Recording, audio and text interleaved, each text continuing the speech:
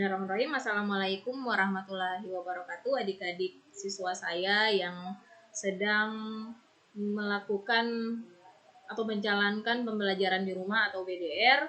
Semoga kalian selalu diberikan kesehatan.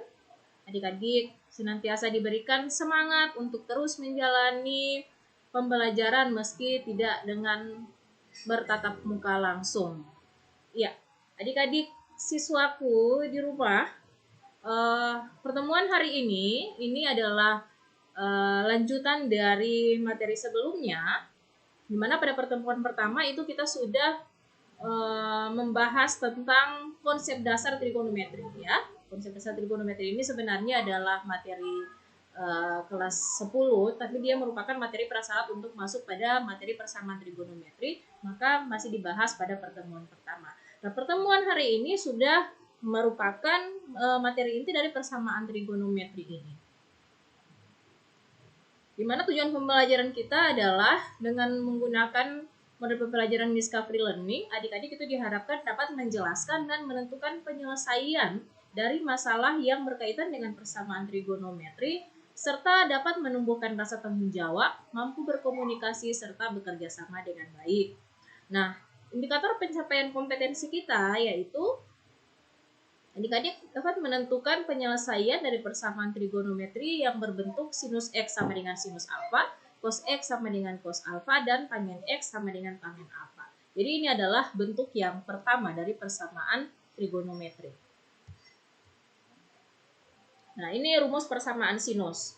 Persamaan sinus yang tadi ya, sinus X sama dengan sinus theta. Jadi sinus X sama dengan sinus theta, maka ada beberapa nilai X yang akan memenuhi. Karena ini persamaan, maka kita akan mencari nilai X yang memenuhi persamaan. Ya, yang pertama, untuk X1 ya, untuk X1 maka X1 sama dengan theta ditambah K kali 360. X1 sama dengan theta ditambah K kali 360. Sedangkan untuk rumus yang keduanya 180 kurang theta ditambah K kali 360. Jadi ini adalah dua rumus yang saling berelasi. Ini ada hubungan dengan sudut berelasi yang saya bahas pada pertemuan sebelumnya, di mana relasi sudut pada kuadran 2, itu rumusnya adalah 180 kurang alfa. Kenapa harus kuadran 2? Asumsinya jika theta itu berada di kuadran 1, adik-adik ya. Jadi adik-adik masih ingat dengan pembagian kuadran pada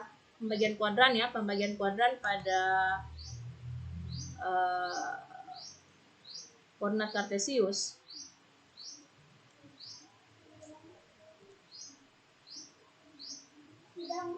Ini ya, kalau saya gambarkan, mohon maaf, ini jadi pada koordinat kartesius ini kuadran 1, kuadran 2,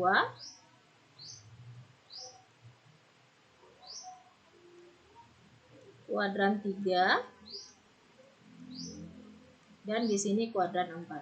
Di mana pada kuadran 1, itu sudutnya dari 0 derajat sampai dengan 90 derajat. Kuadran 2 itu dari 90 sampai 180, dan kuadran 3 180 sampai dengan 270, kuadran 4 270 sama dengan 360 derajat ya. Nah, sudah pernah saya sampaikan juga bahwa pada kuadran 1 semua nilai perbandingan trigonometri itu bernilai positif.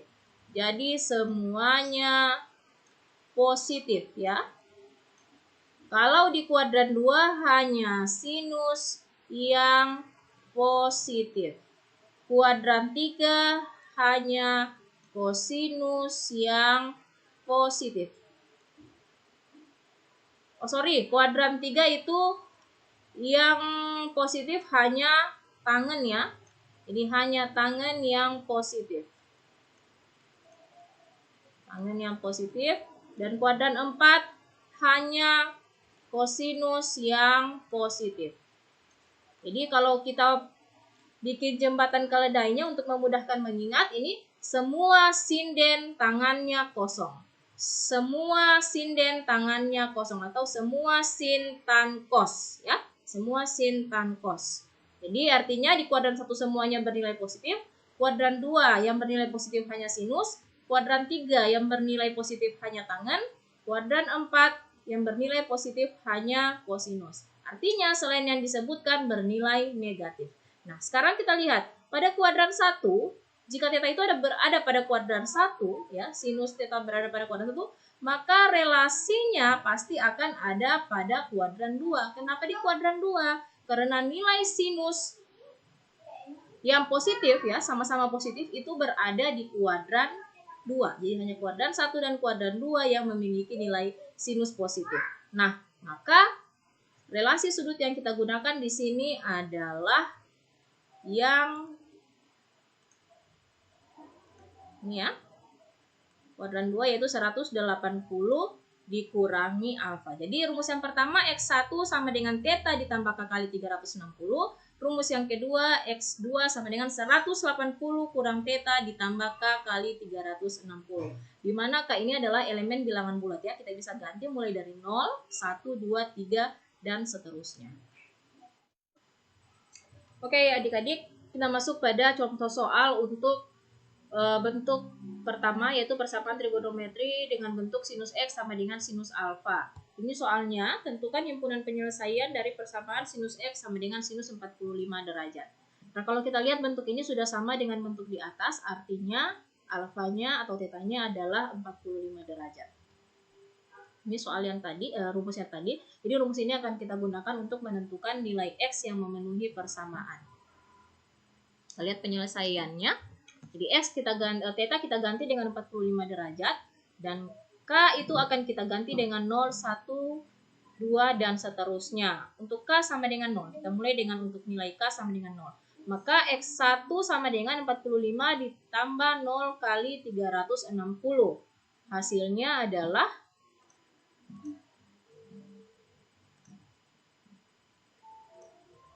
Hasilnya adalah 45 derajat ya adik-adik. Yang kedua, kalau K kita ganti dengan 1, maka X2-nya adalah masih sama, tetanya atau alfanya sama, 45 derajat. Yang berubah hanya K, jadi K kita ganti dengan 1 dikali 360 derajat. Sehingga hasilnya adalah 405 derajat.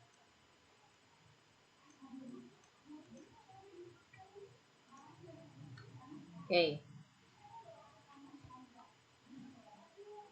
Berikut adalah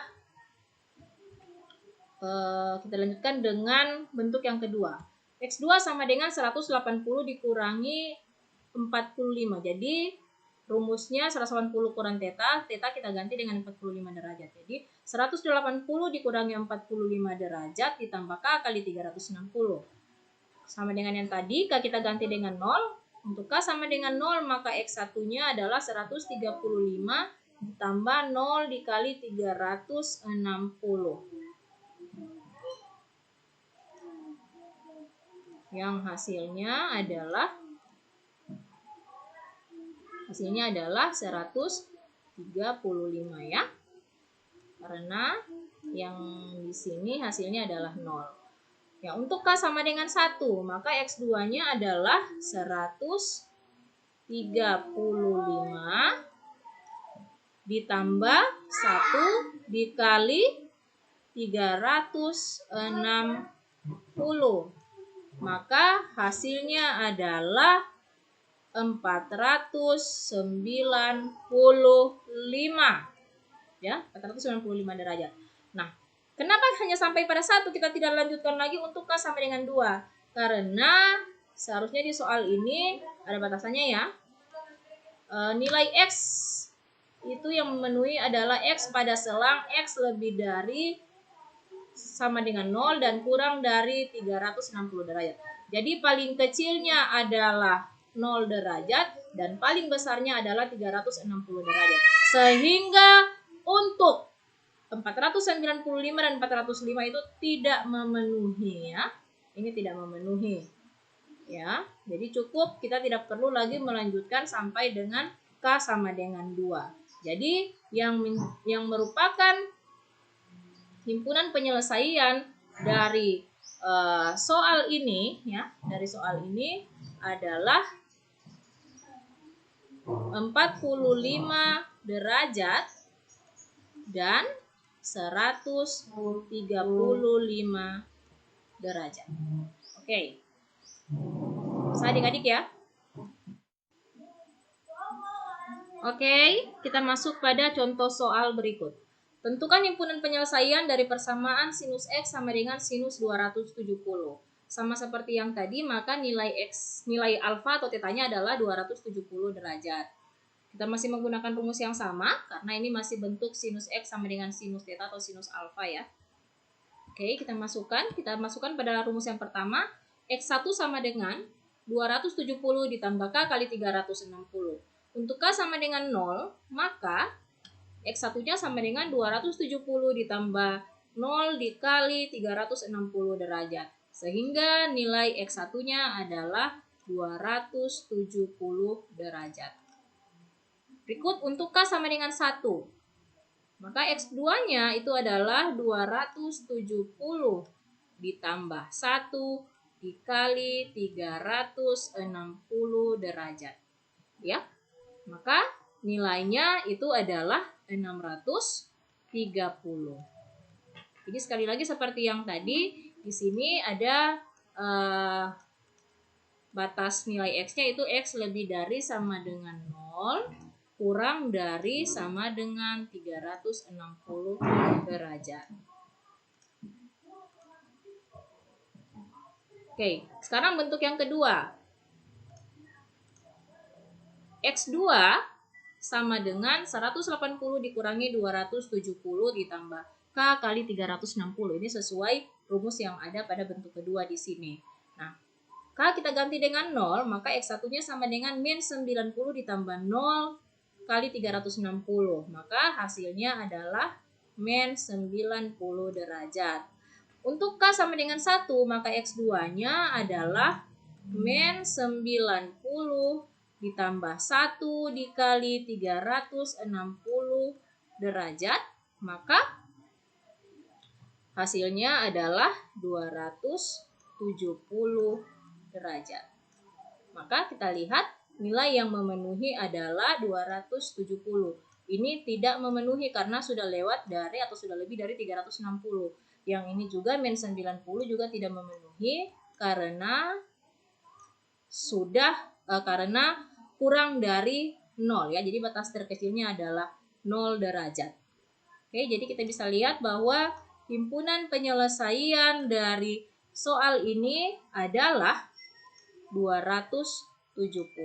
Jadi dari dua rumus yang ada tetapi hasilnya sama, yaitu 270 derajat. Oke, jadi itu adik-adik yang dapat saya sampaikan pada kesempatan ini. Ini selebihnya nanti adik-adik kembangkan pada LKPD. Soal ini juga sudah ada pada LKPD. Ya, ini sebagai tugas kedua. Silahkan adik-adik kerjakan pada LKPD, kemudian dikirimkan pada kolom tugas di Google Classroom. Apabila ada yang ingin didiskusikan, bisa melalui WA Group ya. Saya layani melalui WA Group. Kita akan berdiskusi membahas hal-hal yang masih belum paham pada adik-adik. Oke, saya kira ini yang dapat saya sampaikan. Semoga bermanfaat. Semoga ini dapat membantu adik-adik untuk belajar di rumah. Terima kasih. Assalamualaikum warahmatullahi wabarakatuh.